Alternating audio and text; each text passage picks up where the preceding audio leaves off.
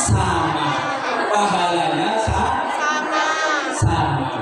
Kenapa yang anak-anak sering sholat, yang tua-tua kok tidak sebab sholat? Nah, itu namanya berarti lebih hebat anak-anak yang rajin sholat daripada yang sudah sepuh tapi tidak rajin sholat. Maaf, mungkin ada di antara bapak ibu panjenengan yang belum sholat. Ada enggak? Sudah sholat semua? Sudah sholat semua? Sudah.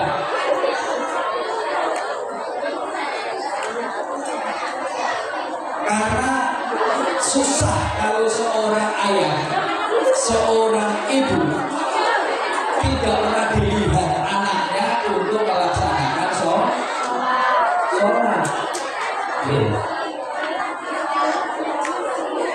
Sholat itu tidak bisa ujung-ujung. Sholat itu tidak bisa ujung-ujung. Ujung-ujung itu sejak kecil tidak dibiasakan, kemudian kalau setelah tua kemudian sholat itu tidak bisa. Harus dilatih sejak kecil. Baik. Tadi sudah ada yang siap belum yang hafal ayat Al-Isra? Belum ada? Sudah hafal?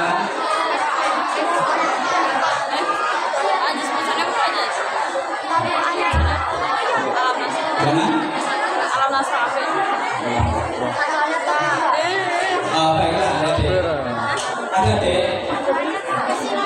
Kenapa perintah sholat itu langsung diberikan oleh Allah kepada Nabi kita, dipanggil ke Sidratul Muntaha? Sudah hafal kan cerita itu? Ya. Jadi Allah itu langsung memanggil Nabi kita untuk langsung menerima perintah sholat. Itu yang dimaksud dengan peristiwa Isra dan Isra adalah perjalanan Nabi kita dari mana? Masjidil Haram ke Masjidil seperti ayat hadis tadi. Kemudian dari situ Allah membawa Nabi kita bersama dengan malaikat Jibril menuju Sidratul Muntaha. Sidratul Muntaha ini Sidrah artinya pohon. Muntaha yang paling tinggi. Karena sholat itu pentingnya penting, beda dengan rukun Islam yang lain, maka perintah sholat langsung diberikan, dipanggil oleh Allah di depan Sidratul Muntaha.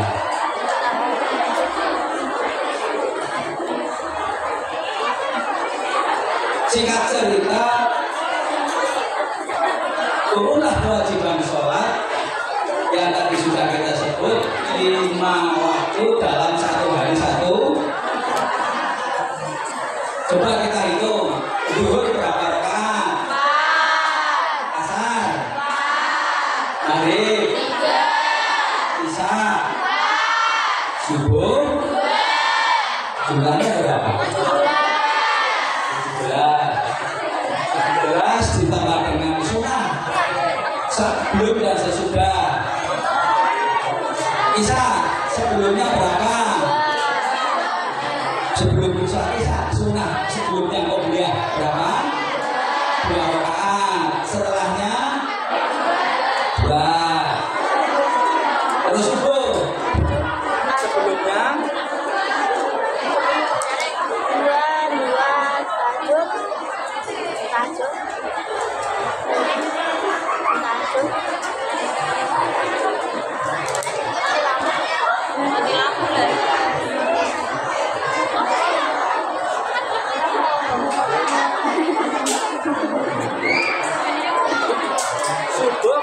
ada sebelumnya ya? Ada.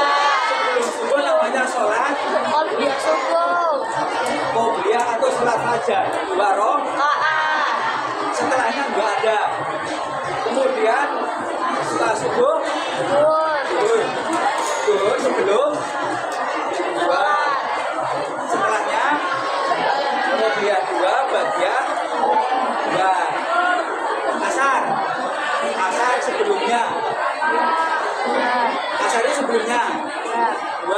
Sesudahnya tidak ada. Kalau dijumlah sebelumnya ada berapa? 2 ada 8 sebelum fardu qobliyah ada 8. Kurang itu enggak? Sesudahnya, sekarang sesudahnya berarti ada 2 ada 8.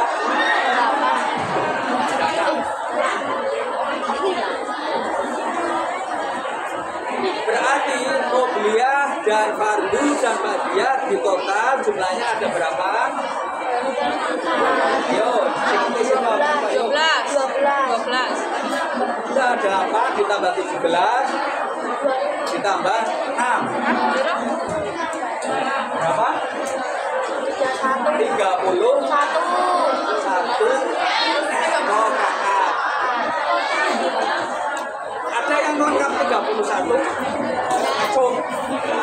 Tidak ada ya? Rata-rata ambil yang wajib ya? Iya. Maghrib. Itu aja sudah hebat. Pernah ada Mbak? Sholat subuh sebelumnya 2 rakaat, sesudahnya 2 rakaat. Pernah. Qobliyah subuh. Ada yang pernah? Kemudian kalau Jumat seperti ini, yang cowok-cowok yang cewek Sholat duhur. sholat duhur. Ya. Bapak ingin coba salah satu mempraktekkan sholat. Yang mau maju siapa boleh? Cewek boleh, cowok boleh. Yang cowok jauh, cewek.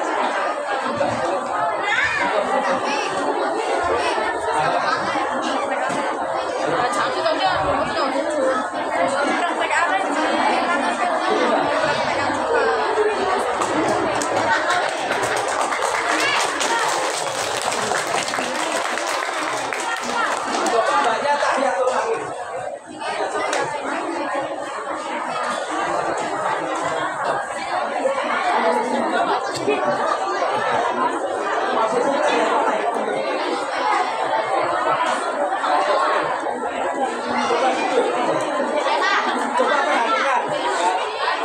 Coba perhatikan.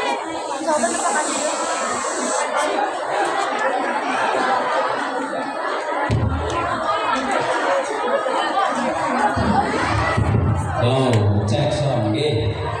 Coba sujud lagi, sujud. Tangannya di depan. Baik, oke.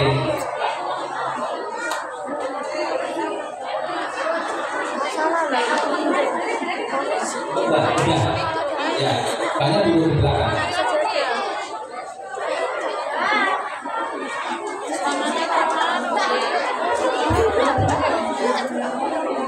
Halo, ya. Oke, coba. Sholat adalah mi'rajul mu'minin. Kita sholat menghadap ke Gusti Allah. Menghadapnya kemana? Pernah ke Ka'bah? Pernah. Alhamdulillah, TKP. Pernah memek Ka'bah?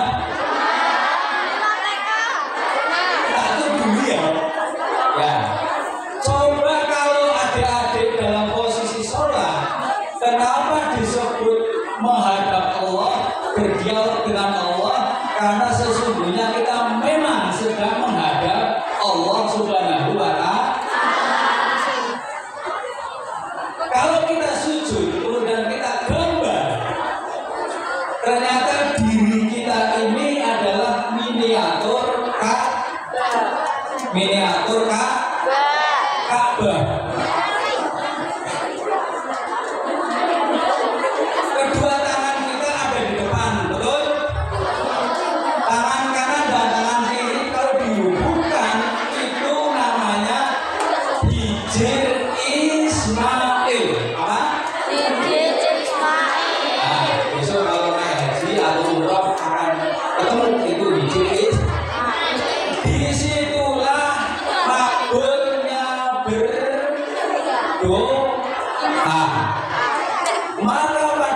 sujud itu kita semua sedang berdoa di hijir Israel.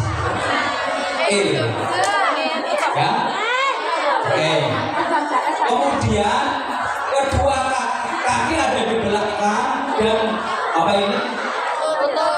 Dengkul apa? Lutut. Kalau di garis kotak menjadi segi empat, itu adalah gambar 4 pojok Ka'bah yang ada di dalam diri. Ada di semua gambarnya ini seperti ini. Mau nangis orang atau ya? Mau difoto untuk upload. Jadi perintah Allah sholat menghadap kiblat, sesungguhnya kita setiap hari berkunjung ke Baitullah, ke Mekah, ke Ka'bah, sujud kepada Gusti Allah. Luar biasa enggak? Kamu di sini tak gambar? Ya kayak di sini deh, maju lagi. Oh ya, lihat aja ya. Kemudian kaki kita pasti sujud akhir, tahiyatul akhir di moncoke gitu ya. Itu adalah gambaran apa? Batu di Ka'bah namanya apa?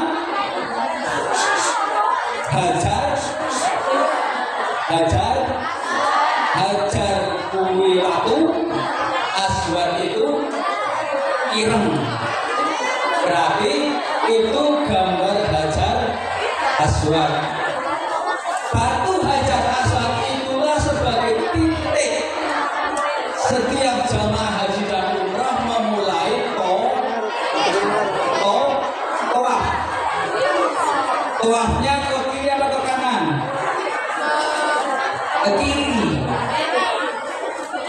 Jadi pada saat kita semua duduk tahiyatul akhir, tahiyat artinya penghormatan, kita sedang menghormati hormat kepada Allah, dan Allah mengucapkan, Allah mendengar, Allah berfirman apa? At-tahiyatul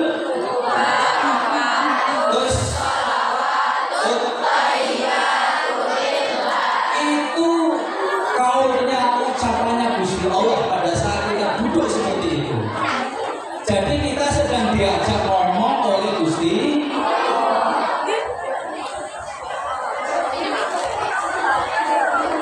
Kemudian setelah itu Allah melanjutkan ngendikonya. Dilanjutkan dengan ucapan seperti apa? Assalamu alaika ayyuhan nabiyyu. Assalamu alaika, kayaknya ini isim, ini kayaknya dimaksudnya adalah Kanjeng Nabi Muhammad. Berarti kita duduk sedang sholat itu, di depan kita, di samping kita itu ada rohnya Nabi Muhammad. Allah. Tapi Nabi kita itu tidak egois, disanjung, diberi selamat oleh Gusti Allah. Nabi kita ingat kepada kita, ingat kepada hamba-hambanya yang sedang sujud, sedang sholat. Nabi menjawab, jawabnya bagaimana? Terus assalamu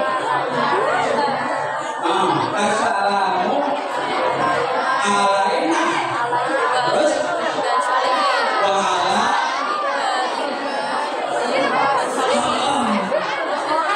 Jadi Kanjeng Nabi tidak bangga diberi sholawat oleh Allah, tapi kasihan juga kepada makhluk-makhluknya, hambanya kalau tidak diberi keselamatan. Maka Kanjeng Nabi ikut menjawab assalamualaikum. Nanya itu bagi siapa? Bagi orang-orang yang sholihin, orang-orang yang soleh, yang mau melaksanakan sholat. Maka siapa yang tidak sholat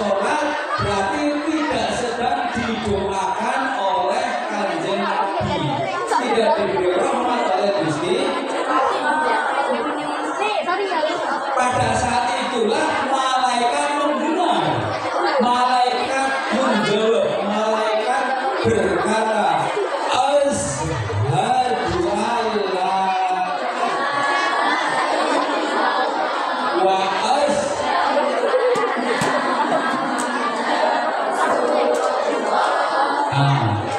berarti di situ ada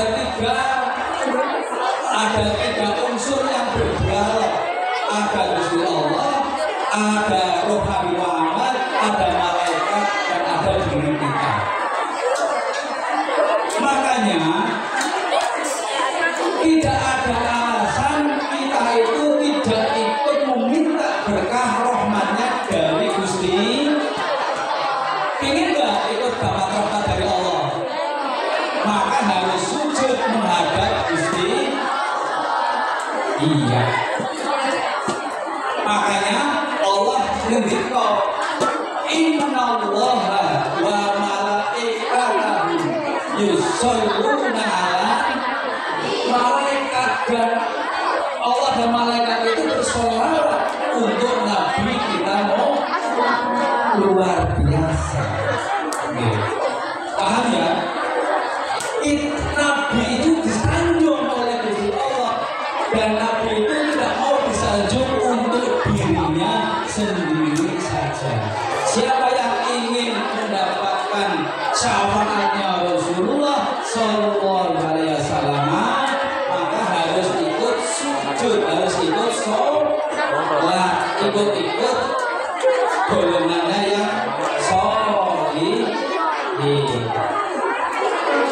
Disitulah khusyuknya sholat, disitulah sakralnya sholat, disitulah rahasianya sholat. Jadi sholat itu kita sedang menghadap ke Ka'bah, menghadap ke Baitullah. Kan tidak semua orang bisa datang ke Mekah mau nyentuh Ka'bah, gitu. Maka diri kita sendiri sudah miniatur, kita sudah seperti halnya gambaran Ka'bah.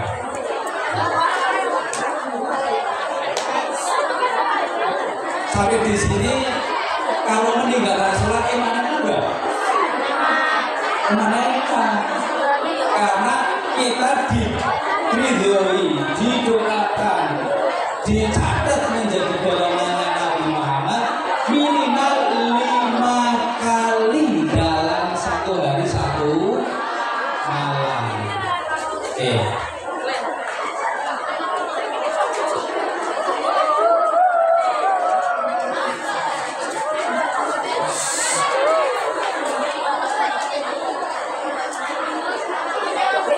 Kalau adik-adik mungkin melihat di HP browsing Ka'bah, bisa mudah ya. Perhatikan, itulah Baitullah, rumahnya Allah, tempat manusia itu menghadap menuju bersujud kepada Allah Subhanahu wa Ta'ala. Jadi sesungguhnya sholat itu adalah dialog. Mi'rajul kita itu pergi melalang buana ke atas, ketemu dengan Allah, ketemu dengan malaikat, ketemu dengan Rasulullah. Tidak pandang anak-anak, tidak pandang orang tua, tidak pandang jabatan pangkat, semuanya sama. Yang pangkat ya mahkotaan, kalau zuhur yang rakyat ya mahkotaan, kan begitu. Yang pengangguran ya 4 rokaat, kan begitu. Yang pensiunan seperti saya ya 4 rokaat. Karena Allah itu tidak melihat itu, tapi melihat taatnya manut sujud kepada Allah Subhanahu wa Ta'ala.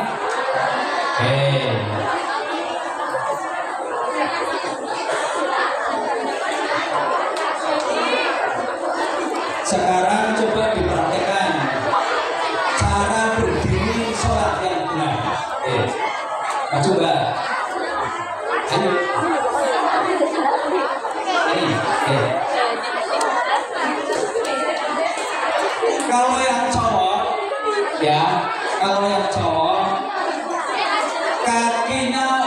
saja. Kayak cowok mbak begini, buka sedikit, ya. Begini, mentang berdagang. Nah, caranya satu jengkal. Kalau cowok ya, jadi jangan begini, tapi lurus saja. Jadi antara ibu jari dengan tumit itu lurus banget itu. Terus di sebelahnya ditempelkan yang tetangga sebelah. Maju nggak sini mbak? Maju nggak? Ya. Ini pura-puranya cowok di sebelahnya. Nah, kakinya lurus itu begini. Nah, begini. Nah, begitu. Ya. Jari kelingking atau jari kelingking. Ya. Disentuhkan mbak. Nah, begitu. Paham ya cowok? Kalau cowok itu lurus nempel. Kalau ibu-ibu, kalau bapak, kalau perempuan tidak usah ada tutup lagi. Ya, lurus dengan bagus. Lurus. Nah, begitu. Tapi jadinya rambut. Oke ya. Ini posisinya harus karena semua ruas-ruas jari kita harus menghadap ke kiblat. Betul. Jadi jangan terlalu kayak V, jangan kayak V, lebih baik lurus. Baik. Adik-adik yang kami hormati, yang kami cintai, tentunya sebelum sholat disunahkan untuk mengumandangkan adzan bagi jamaah laki. Kalau perempuan tidak usah. Berarti yang berkewajiban disunah akan adzan adalah jamaah laki. Oke. Sekarang coba cowok-cowok yang bisa adzan, coba siapa yang pernah adzan? Halo cowok yang pernah adzan coba ke sini. Ya. Ya sini tuh yang mau adzan sini coba. Ya yang mau adzan sini ya. Coba contohkan adzan.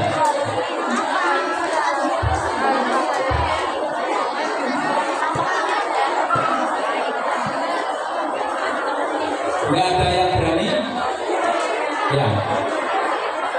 Adzan adalah panggilan atau tanda telah memasuki waktu sholat. Ya.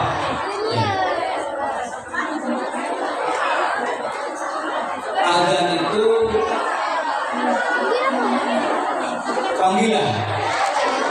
Yang dipanggil adalah orang-orang yang tadi sudah punya kewajiban untuk sholat.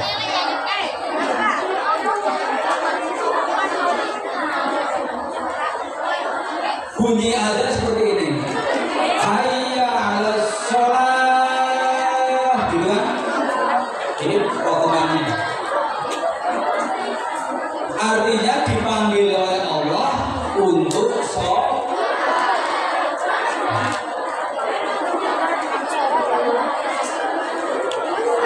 Kemudian setelah hayya 'alas shalah dilanjutkan dengan hayya 'alal falah.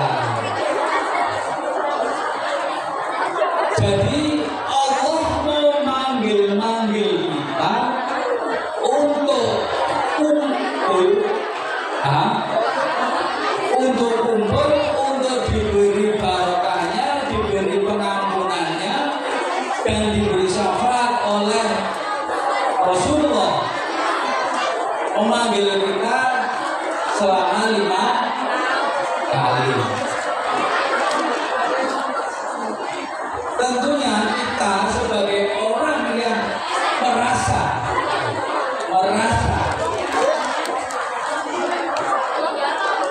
apa? Jadi merasa menjadi umat.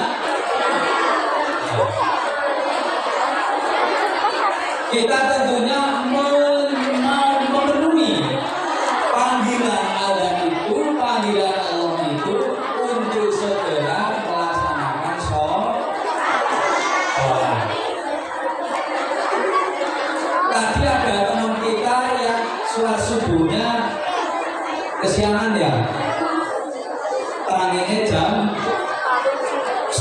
7.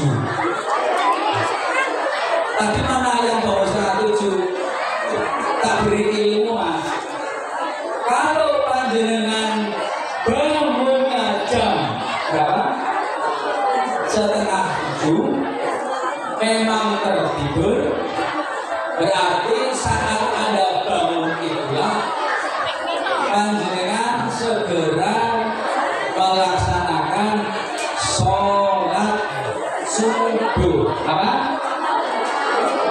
Nah, karena Anda tidak sengaja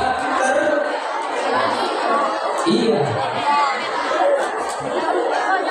Besok kalau kesiangan lagi, ya. Besok kalau kesiangan lagi, lakukan itu dengan beristighfar meminta kepada Allah besok bangunnya supaya tidak kesiangan. Ya. Adik-adik yang kami cintai, sholat itu ya, adalah menyembah. Paham ya?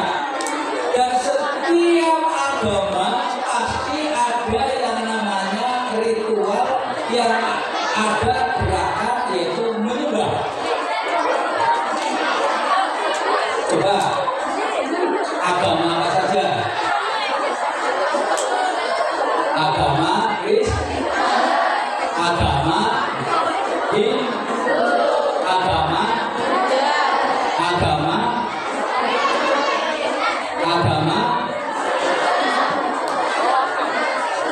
semua agama mengajarkan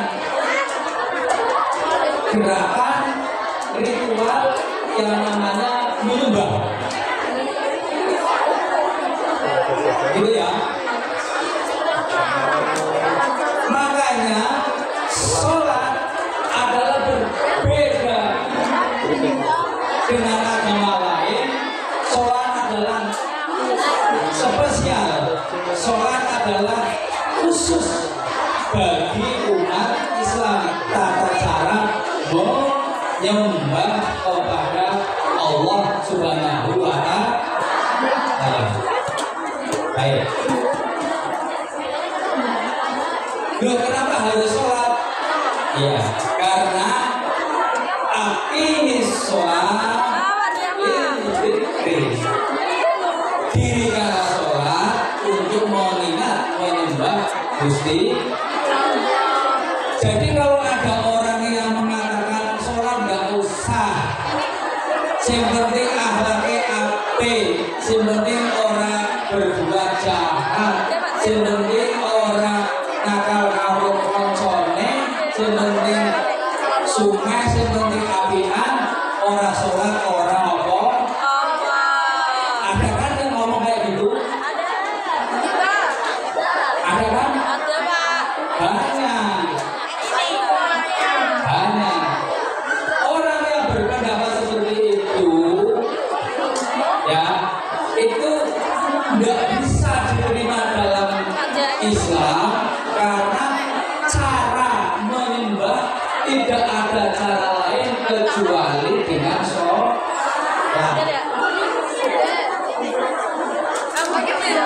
Jadi kalau hanya baik-baik perilakunya saja, apik-apik perilakunya saja, baik budinya saja, baik adatnya saja, tapi tidak sholat, itu tetap dianggap orang yang tidak baik.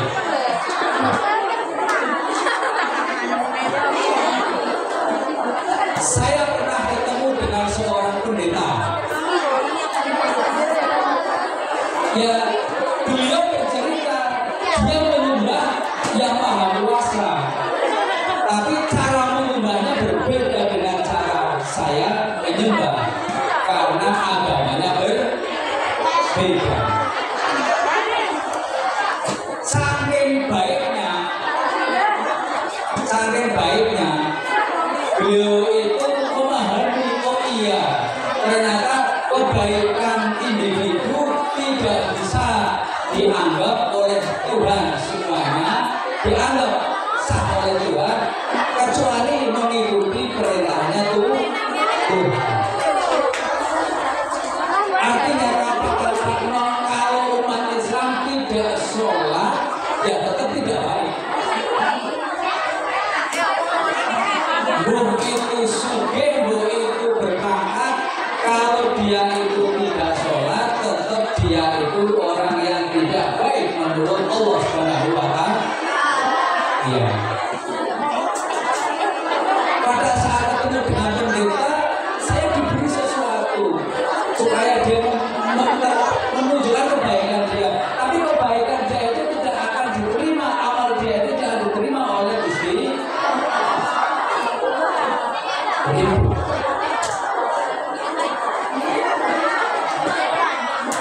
Jadi gelang yang saya pakai ini adalah dari pendeta dari Thailand. Tapi apapun yang dilaksanakan, dia tidak bisa masuk surganya Allah, tidak bisa masuk ke dalam barokahnya Allah, tidak bisa menerima syafaatnya Rasulullah Shallallahu Alaihi Wasallam. Makanya lakum dinukum, ya sudah, agamamu Pak Pendeta seperti itu, agama saya seperti ini.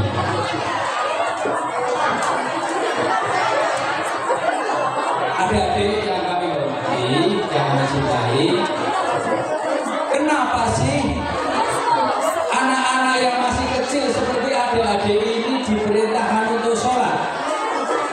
Tidak menunggu nanti setelah tua-tua. Rahasianya apa adik-adik? Rahasianya apa? Rahasianya adalah usia apa? Umur apa? Ajal apa? Mati apa? Nah, kan boleh jadi bisa saja yang anak-anak yang masih anak-anak itu juga meninggal lebih dahulu, ya kan? Nah, bisa saja yang sepuh-sepuh yang tua-tua belum meninggal. Pada saat itulah akan dilihat walaupun kecil sudahkah melaksanakan sholat apa belum? Sudahkah melaksanakan ibadah apa belum? Kalau belum berarti berdosa enggak? Ya berdosa. Itulah makanya sholat tidak usah menunggu, tidak perlu menunggu tua-tua. Karena kita tidak ngerti usia kita, umur kita, ajal kita, kapan kita banyak kan yang bapaknya masih hidup, anaknya sudah meninggal duluan. Yang muda-muda meninggal juga. Banyak apa banyak? Ya, muda sudah meninggal terus belum sholat. Kiro-kiro. Kiro-kiro ya. Itu nanti dihisab dihitung oleh Allah, masuknya neraka, masuknya surga. Nah, itu baru sholat saja. Ternyata catatan sholatnya 0, tidak sholat. Padahal adik-adik sudah kena kewajiban yang disebut dengan taklif, karena sudah mukallaf. Apa? Beban bagi orang yang sudah dewasa. Berarti sudah wajib melaksanakan sholat.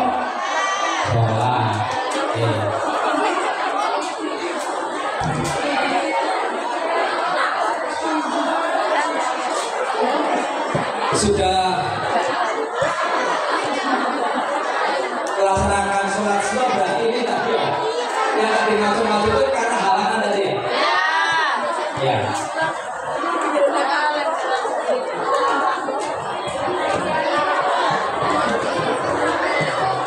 Oh, baik.